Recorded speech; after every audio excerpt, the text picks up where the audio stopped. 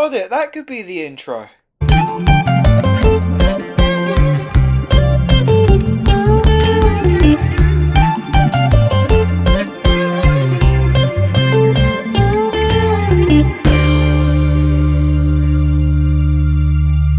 How's it going, guys? Welcome back to another episode of Luke's Reviews, and on today's video I will be reviewing the cinematic adaptation of the Pulitzer Prize winning novel written by Donna Tartt, directed by John Crowley, and starring Ansel, Elgort, Oakes, Fegley, Nicole Kidman, and Jeffrey Wright, The Goldfinch. Okay. I'm going to do my very best to outline the plot of The Goldfinch, but believe you me, this is not as easy as it sounds. Tragedy strikes young Theo when he's involved in a bombing at an art gallery, leaving his mother dead. He moves in to live with Nicole Kidman and her upper-class family, as well as befriending and learning the tricks of the antique trade from Jeffrey Wright. And then a whole bunch of other things happen.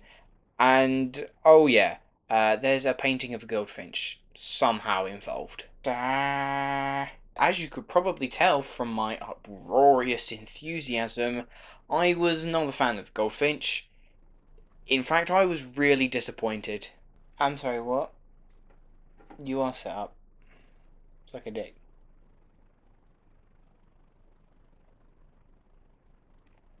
Eh? Look at the talent you have involved here. Crowley is a fantastic director, working on such films like Brooklyn, which was amazing. You have the master of cinematography, Roger Deakins, behind the camera.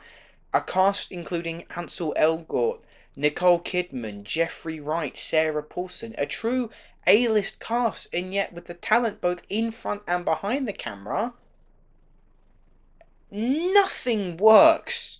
The largest critique that I have with The Goldfinch is that it is aimless.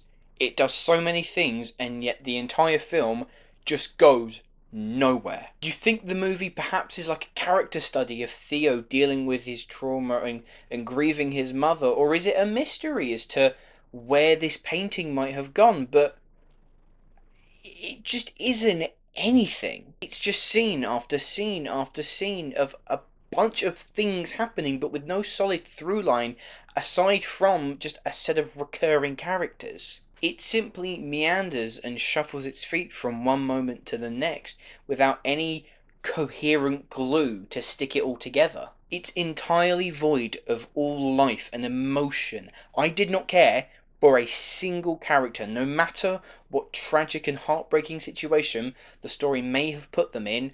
I did not care for them, which is a horrible thing to say considering one of the characters loses his mother in a terrorist attack. Because the dialogue is so poorly written that it feels as if all of these characters are inept at having any sort of human conversation. Ansel Elgort, who I've found impressive in the past, is practically expressionless in this film. Theo is a character who is given so little in terms of depth, and yet the movie treats him like he's the second coming. Although I will say that there is a portrayal by Oakes Fegley, a younger version of Theo that we see throughout like the first half of the movie.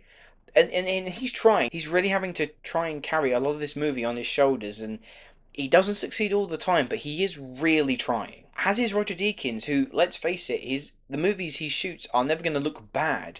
It's just that Crowley as a director does very little with these stunning shots that Deakins is conjuring up, and it's as if he's been gifted like an amazing art piece, but he just doesn't know what to do with it. As for the other supporting roles, the performances are fine.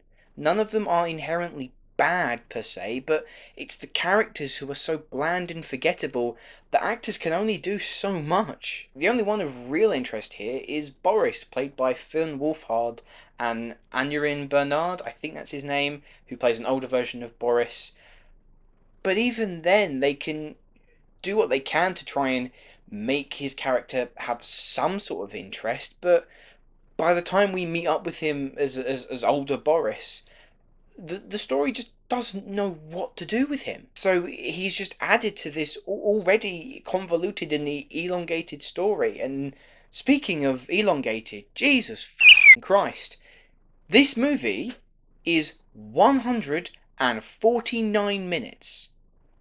2.5 hours. It is a sluggish chore to sit through as you sit and watch predominantly upper-class pretentious toffs discuss antiques and linings of chairs and a Rembrandt and and then there's a good old terrorist attack thrown in for good measure. I don't know what this film was going for. I'm truly perplexed by The Goldfinch.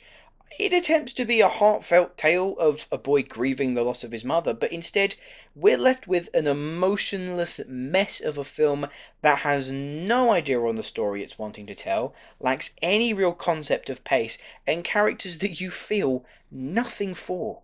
For a film clearly aiming for Oscar bait, it could not have missed the mark more if it tried.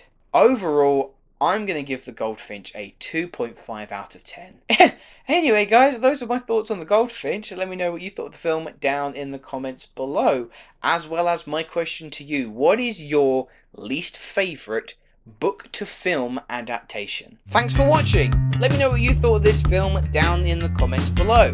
If you have enjoyed this video, please hit that like button and subscribe to my channel if you haven't already.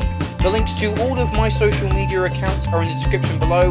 Many thanks for watching, guys, and I shall see you in the next video.